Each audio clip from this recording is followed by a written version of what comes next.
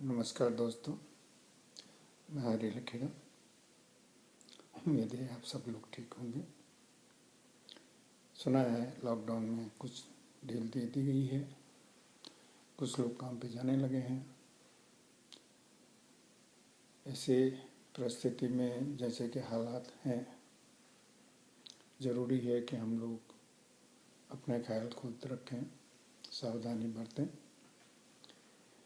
और जैसा कि देश का माहौल है, कहीं भी जाएंगे तो भीड़ भाड़ तो होगी, उससे तो बच नहीं सकते, लेकिन जितना भी हो सके अपने आप को बचा के रखें। इससे ज़्यादा आदमी कर भी कह सकता है। तो ये भी एक अपने आप में इतिहास बनेगा। लेकिन मैं आज आपके सामने कोरोना पे नहीं बोलने वाला हूँ। एक ऐसा सब्जेक्ट है जो कि मैं काफ़ी दिनों से मैं उसके ऊपर काफ़ी बार लिखा भी है, बोला भी है। आज मैं उसको एक आपसे शेयर करना चाहता हूँ इस वीडियो के माध्यम से। कुछ टाइम जोन की प्रॉब्लम होने के कारण लाइव आना कभी कभी संभव नहीं होता। मुझे तो इतनी प्रॉब्लम नहीं होती, लेकिन आप लोग, जब मैं यहाँ पर दिन होता है तो वहाँ पे रात होती है, आप लोगों का डिनर या फिर सोने का टाइम होता है। तो मैंने सोचा एक वीडियो बना करके मैं अनिता जी के पास भेज देता हूँ। उनको उचित लगेगा तो इसको पोस्ट कर देंगे, और मुझे उम्मीद है ज़रूर पोस्ट करेंगे। तो सब्जेक्ट ये है कि इंग्लिश में आपने सुना होगा कि there is always a woman behind a successful man. अभी तक तो ऐसा ही है, वो पलटा नहीं है कि कभी कोई लिखने लगे कि there is always a man behind a successful woman. कुछ होंगे उदाहरण, लेकिन आम जो जनता है, आम जो लोग हम लोग समझते हैं और जानते हैं, वो यही है कि औरत का जो समाज में और परिवार में जो स्थान है, उसका कोई दूसरा ऑप्शन भी नहीं है, कोई उपाय भी नहीं है, और उससे अच्छा कोई ऑप्शन है भी नहीं। हम सब लोग जो काम पे जाते रहे, काम में व्यस्त रहे, लेकिन परिवार तो घर में पत्नी ने ही संभाला, बच्चे भी संभाले, घर भी संभाला। थोड़ी देर के लिए अगर सोचें तो अगर घर संभालने के लिए उसका योगदान ना होता तो हमारा क्या होता, बच्चों का क्या होता, परिवार का क्या होता। ये अपना आप में एक बहुत बड़ा सब्जेक्ट है, लेकिन मैं आज इसको यहीं पे छोड़ के थोड़ा आगे बढ़ना चाहता हूँ। कितना सब कुछ होते हुए भी इससे क्या कारण रहा कि औरतों को वो सम्मान नहीं मिल पाया जो भी मिलना चाहिए था। हर सक्सेसफुल आदमी के पीछे एक औरत होती है। उसके उदाहरण तो हमारे हिंदू समाज में और हिंदू शास्त्रों में बरसों से हैं। दो उदाहरण मैं आपको देता हूँ। पहला उदाहरण तो तुलसीदास जी का ही है, जिन्होंने रामचरितमानस लिखी। अगर उनकी पत्नी रत्नावली, मैं कहानी में डिटेल में नहीं जाऊंगा कि क्यों वो अपनी पत्नी से कितना प्यार करते थे, कितना मोह था, और कैसे वो जब वो ससुराल चली गई, अपने मायके गई, तो कैसे वो नदी में एक लाश का सहारा लेकर के नदी पार की उन्होंने। तुलसीदास जी ने किस तरह सांप के सहारे वो पहले छज्जे पर चढ़े अपनी पत्नी को मिलने के लिए, वो सब लंबी कहानी है। लेकिन जब पत्नी ने उसको एक देखा कि सब कुछ छोड़ के निर्लज्ज होके उसके पास आया है, तो उसको कहना पड़ा कि हाड़ मांस की देह मम तापर जितनी प्रीत, तिसु आधो जो राम प्रति अवश्य मिटही भवभीति। मतलब मेरी हार्ड माँ की देश जो देह है उस पर जितना तुम्हारा प्रीति है, प्यार है, उतना ही प्रीति या प्यार तुम्हारा भगवान से होता तो सारे दुख, तुम्हारे सांसारिक दुख खत्म हो गए होते। तो जाहिर है उसके बाद क्या हुआ, तुलसीदास महाकवि बने, रामचरितमानस की रचना हुई। तो एक तो उदाहरण ये है। दूसरा उदाहरण वो भी शायद आपको मालूम ही होगा, वो है कालिदास का। अब जब राजकुमारी ने डिसाइड कर दिया कि वो उसी से शादी करेगी जो कि उसको साथ साथ में हरा सके, तो जब सब सफल रहे तो उन्होंने सोचा कि इससे बदला लिया जाए और एक बेवकूफ़ ढूंढ लिया जो कि किसी पेड़ की टहनी को काट रहा था उल्टी तरफ बैठ करके। तो सोचा इससे बड़ा बेवकूफ़ तो कौन हो सकता है, और वो उसको ले आया और कंडीशन ये रखी गई कि सारे जो शास्त्रार्थ होगा वो इशारों में होगा। कहानी आपको मालूम है, डिटेल में नहीं जाऊंगा। लेकिन जब उस राजकुमारी को पता चला कि ये आदमी तो एकदम बेवकूफ़ है, कुछ भी नहीं जानता शादी होने के बाद, तो उसने उसको दुत्कार दिया। दुत्कारने के बाद में कैसे, कहाँ और कब तुलसीदास जी को ज्ञान प्राप्त हुआ, वापस घर आए और वापस आकर के दरवाज़ा खटखटाते हैं, बोलते हैं कपाटम बुद्धाट्य सुंदरी, मतलब सुंदरी दरवाज़ा खोलो। राजकुमारी ने जब ये शब्द सुने तो उसे लगा कि कोई विद्वान नहीं बोल सकता है ऐसे शब्द, और दरवाज़ा खुला तो सामने हमारे कालिदास जी खड़े थे। और उसके बाद क्या हुआ, उन्होंने कितने ग्रंथ लिखे, अभिज्ञान शकुंतलम और जाने कितनी कविताएं लिखी, और महाकवियों में उनका भी नाम हुआ। तो ये दो ऐसे उदाहरण हैं जो आज के रिसेंट के नहीं, बरसों पुराने, 400, 500, 1000 साल पहले के हैं। और तब भी यही कहा जा सकता था कि हर सक्सेसफुल आदमी के पीछे किसी औरत का हाथ होता है। ये तो रही बात जो कि सामाजिक रूप से हम लोग जानते हैं और विचारों से हम लोग जानते हैं कि औरत का क्या स्थान रहा होगा। इसके अलावा हमारे धर्मों में भी देखेंगे तो आपको लगेगा कि उन्होंने, मनुस्मृति को देख लीजिए, मनुस्मृति में, स्मृति में क्लियरली लिखा हुआ है कि यत्र नारीस्तु पूजन्ते रमन्ते तत्र देवता, मतलब औरत को वो स्थान दिया गया था कि जहाँ जिस देश में जिस काल में औरत का सम्मान होता है वहाँ देवताओं का वास होता है, और वहाँ सब जगह से, हर तरह से देश फलता है, फूलता है।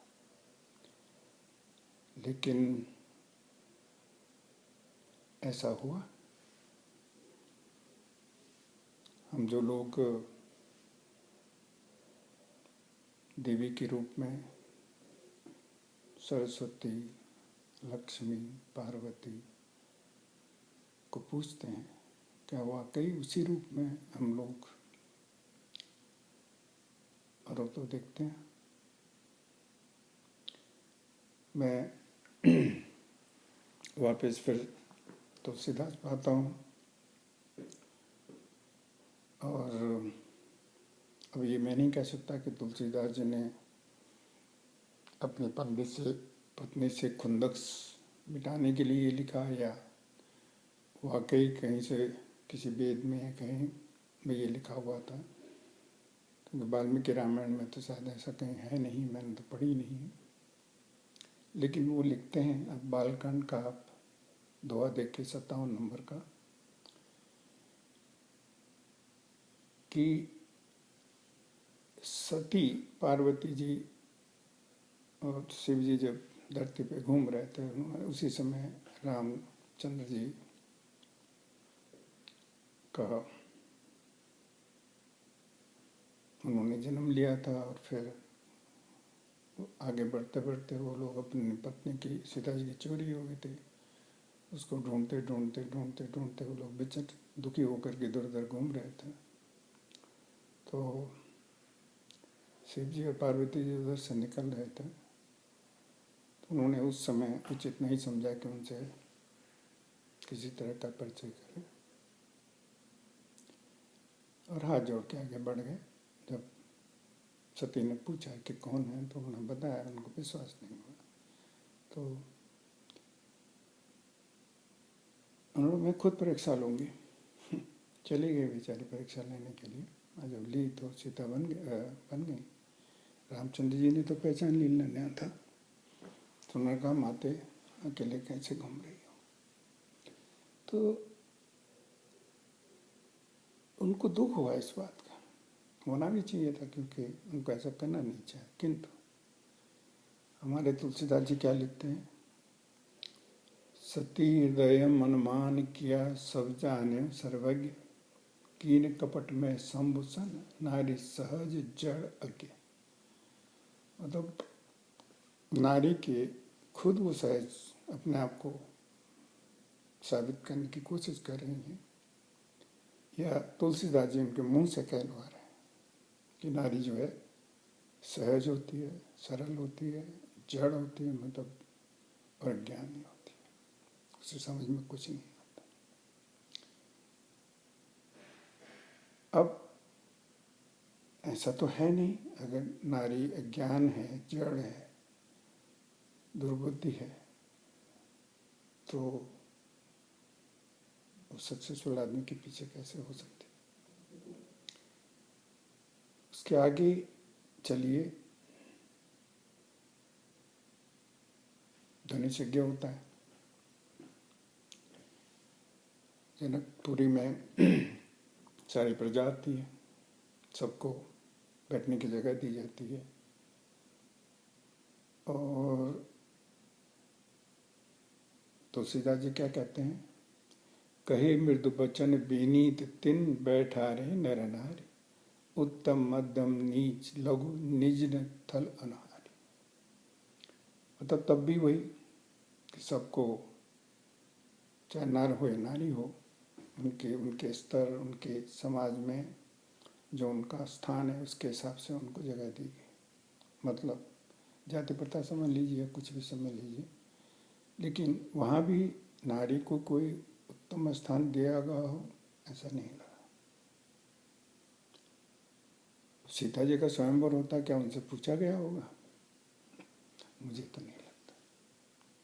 स्वयंवर होता था उस समय, लेकिन लड़कियों से पूछा जाए उसकी संभावना बिल्कुल नहीं थी। अब आप देखिए, परशुराम जी जो खुद भगवान के अवतार, 8वां अवतार माने जाते हैं, पिताजी के कहने से माँ को मार देते। क्या उचित था? सवाल पे सवाल है, क्योंकि सवाल करना मेरी आदत है इसलिए कर रहा हूँ। जब सीता की विदाई होती है तो माँ उसको अपने गोद में बिठाती है और रामचंद्र जी को कहती है,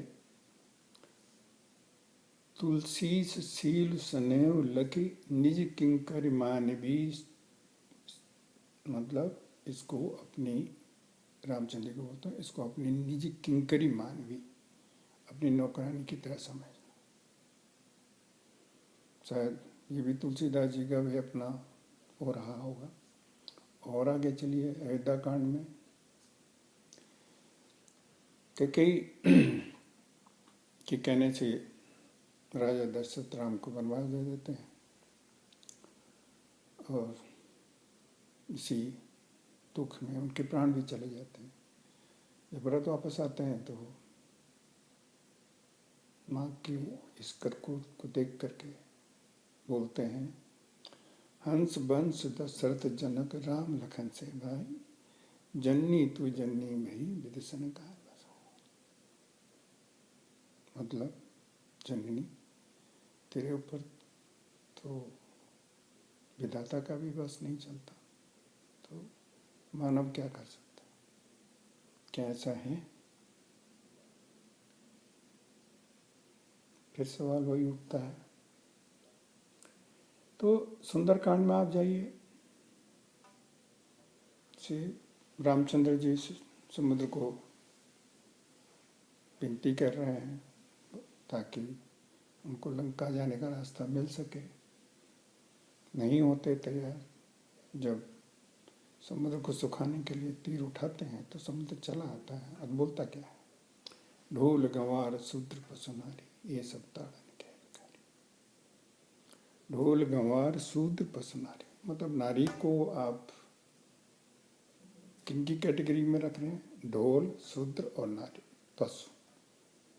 शूद्र को छोड़ दीजिए थोड़ी देर के लिए, मतलब ढोल और पशु की कैटेगरी में आप नारी को रख रहे हैं। ये सब ताड़न के अधिकारी। इनको जब तक डंडा न मारा जाए तब तक ये राजी नहीं होते। ये भी तुलसीदास जी की मेहरबानी है। और आगे चलते हैं। सबरी के पास पहुंचते हैं राम, फल खाते हैं, उसके झूठे फल खाते हैं। और सबरी खुद अपने आप से कहती है, या फिर वही तुलसीदास जी उनके मुँह से कहलाते हैं, अधम से अधम अधम अति नारी, तिन माह में मति मंद अधारी। कि अधम से अधम में नारियों की गिनती होती है, और उनमें से तो मैं हूँ जो मेरी मति भी खराब और कोई आधार भी नहीं है मेरा। वो अपने बारे में कुछ भी कहे, लेकिन अधम से अधम नारी तुलसीदास जी कैसे कह पाए होंगे, ये तो मेरी समझ से बाहर। आगे चलिए। रावण। अवगुण आठ सदा उर रहें, साहस अनृत चपलता माया भय विवेक असोच अदाय। ये सारे अवगुण औरत के अंदर। अब आप खूब ही अनुमान लगा लीजिए कि तुलसीदास जी ने औरत के ऊपर कितना न्याय किया। और उससे बड़ी बात यह है कि आज भी हम इन सारी चौपायों को, दोहों को, छंदों को अपने सर पर और कंधों पर लिए चल रहे हैं। कभी कभी आवाज़ उठती है औरतों की तरफ से कि इन सबको हटा दिया चाहिए, लेकिन घूम फिर के फिर वहीं बात आ जाती है। होता कुछ नहीं है। सबके अपने अलग अलग रेफरेंस कॉन्टेक्स्ट दिए जाते हैं, सबको जायज़ समझाने की कोशिश की जाती है, लेकिन हटते नहीं। ये तो भी रामायण की बात है। चलो ठीक है।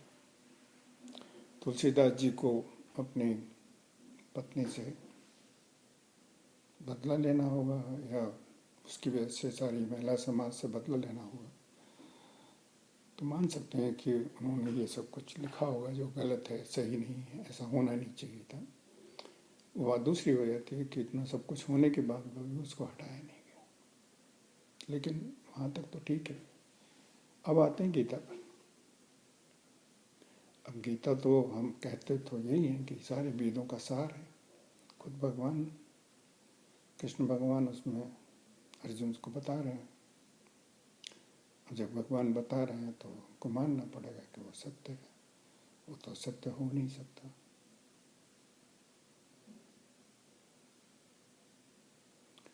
जब अर्जुन को बताते हैं कि उनको कोई भी प्राप्त कर सकता है, भगवत प्राप्त करना किसी के लिए भी मुश्किल नहीं है, तो एक श्लोक वहाँ पे है, माम ही पार्थ व्यपासस्ता यो अपीशु पाप योनिया स्त्रियो वैश्यासस्था शूद्रोस्त अपि यान्ति पराम गति।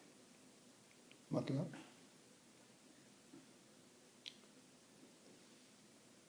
कोई भी हो, विवाह प्रसिद्ध हो या पाप योनि का हो, स्त्री हो, वैश्या हो, शूद्र हो, कोई भी हो। मतलब अगेन स्त्री की तुलना कहाँ हो रही है? वैश्याओं में, शूद्रों में, पाप योनि। जब ये मैं गीता में भी देखता हूँ, जिसको कि इन दोनों रामायण गीता में लगभग रोज पढ़ता हूँ, तो लगभग के रोज़ ही पढ़ता हूँ 2-4 पन्ने। तो मैं सोचता हूँ कि क्या वाकई ऐसा रहा होगा या ऐसा होना चाहिए। तो ऐसी बहुत सी बातें हैं कि बरसों से औरतों के बारे में इस तरह सोचा गया, और अकेले हिंदू समाज में ही नहीं, मुस्लिम समाज में, क्रिश्चियन में, कहीं भी चले जाइए आप, मुझे नहीं लगता कि इस्लाम में या कोई क्रिश्चियनिटी में कोई औरत, अब कहीं सुना है पादरी का काम कर रही हैं लेकिन कोई बिशप बनी, या मुस्लिम में मस्जिद में कोई महिला जो है मौलवी बनी हो। तो वहीं देख करके ऐसा लगता है कि जहाँ तक हमारे शास्त्रों का सवाल है, क्योंकि समाज ने तो बहुत कुछ शास्त्रों से लिया, या समाज में जो हो रहा था वो शास्त्रों में डाला गया, इधर वे जो भी हुआ होगा, औरतों को जो स्थान मिलना चाहिए था वो नहीं मिला। उस समय तो औरतें बेचारी क्या करती, ज़्यादा उनके पास करने को था भी नहीं, लेकिन उसके बाद भी जब क्या वुमन एम्पावरमेंट और पता नहीं कितनी सारी बातें होती हैं, लेकिन इन सब बातों के ऊपर पर्दा डाल दिया जाता है धर्म के नाम पर। कुछ भी हो, लेकिन हम धर्म या हमारे शास्त्रों में जो लिखा हुआ है उसको चैलेंज करना, उसकी आलोचना करना, ये हमारे कार्य क्षेत्र में नहीं आता। लेकिन अगर कुछ गलत है तो उसको ठीक करना चाहिए। एक बात और, जो कि आप सबको भी मालूम है, और वो ये कि मेरे विचार से औरतें खुद अपनी दुश्मन हैं, उनको दुश्मन की ज़रूरत ही नहीं। अगर खुद औरतें एक दूसरे को का सम्मान करना शुरू कर दें, एक दूसरे के हेल्प करना शुरू करते हैं, तो कोई ताकत नहीं कि उनको कोई पीछे कर सके। लेकिन नहीं, घर में सास, बहू, ननद, तो आप जानते ही हैं, वो एकता कपूर आपको बताती रहती है, आप लोग भी हंसते मुस्कुराते रहते हैं, और जहाँ तक हो सके उनको प्रैक्टिकली भी यूज़ करते रहते हैं। उनका कहीं ना कहीं उनको सारी स्कीमें अपने रोज़मर्रा की ज़िंदगी में जोड़ते रहते हैं। तो अगर आपस में आप लोग ऐसा करेंगे तो दूसरा तो फायदा लेगा। ऑफिस में आप चले जाइए तो अक्सर ये देखा गया है कि अगर बॉस, टॉप बॉस औरत है तो उसने ऐसा कोई खास प्रयत्न नहीं करती कि जो उसके अंडर में औरतें काम कर रही हैं उनको आगे बढ़ाने का मौका दे, बल्कि कोशिश यही रहती है कि इनको जितना दबाया जा सके दबा के रखें, वही ठीक है। आदमियों का प्रमोशन हो जाएगा, औरतों का नहीं। फिल्म इंडस्ट्री में चली जाइए, वहाँ भी वही हाल। सारी मूवी देख लीजिए उठा करके, कुछ मूवियों को छोड़ करके जो कि वुमेन सेंट्रिक नहीं है, भाग्य में तो जो भी लेडीज रोल हैं वो नाचने गाने का या सास बहू के झगड़े का, इसी टाइप के रोल हैं।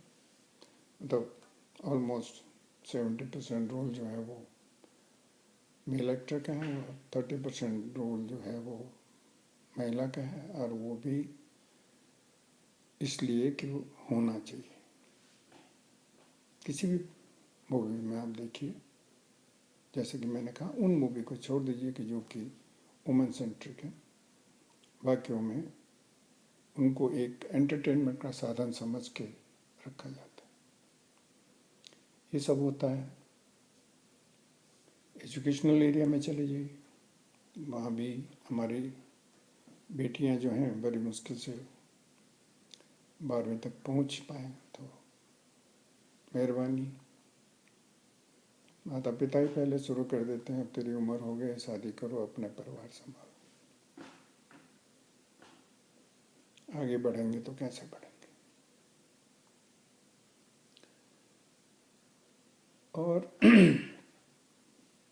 जब माँ बाप ही बच्चे अपनी बेटियों को नहीं आगे बढ़ाना चाहते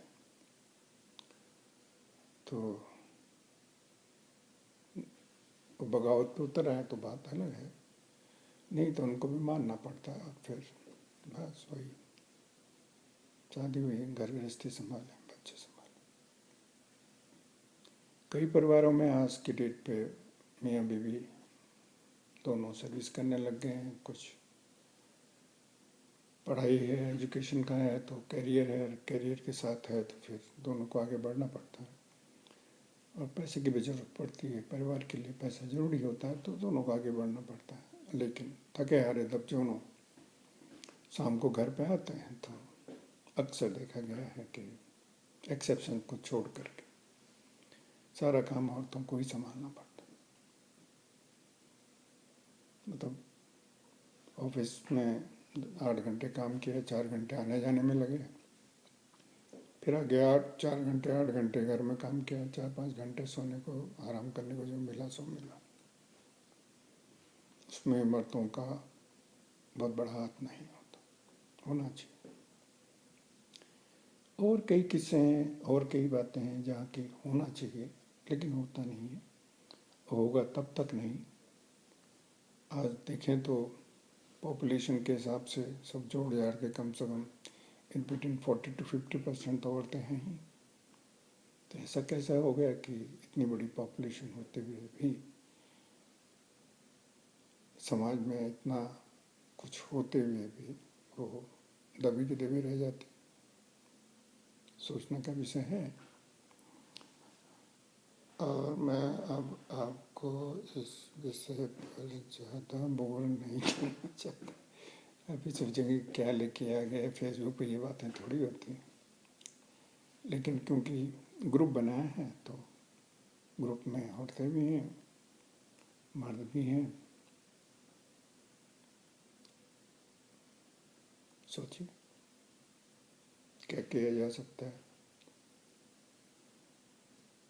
औरतों को खास करके बोलूँगा कि ये कभी कभी याद आ जाती है आप लोगों को कि चलो हम भी हाथ में झंडा लेके, पोस्टर लेके निकलते हैं, मोमबत्तियाँ जलाने चले जाते हैं, कभी पार्लियामेंट हाउस तो कभी इंडिया गेट, कभी राष्ट्रपति भवन, कभी कहीं कभी कहीं।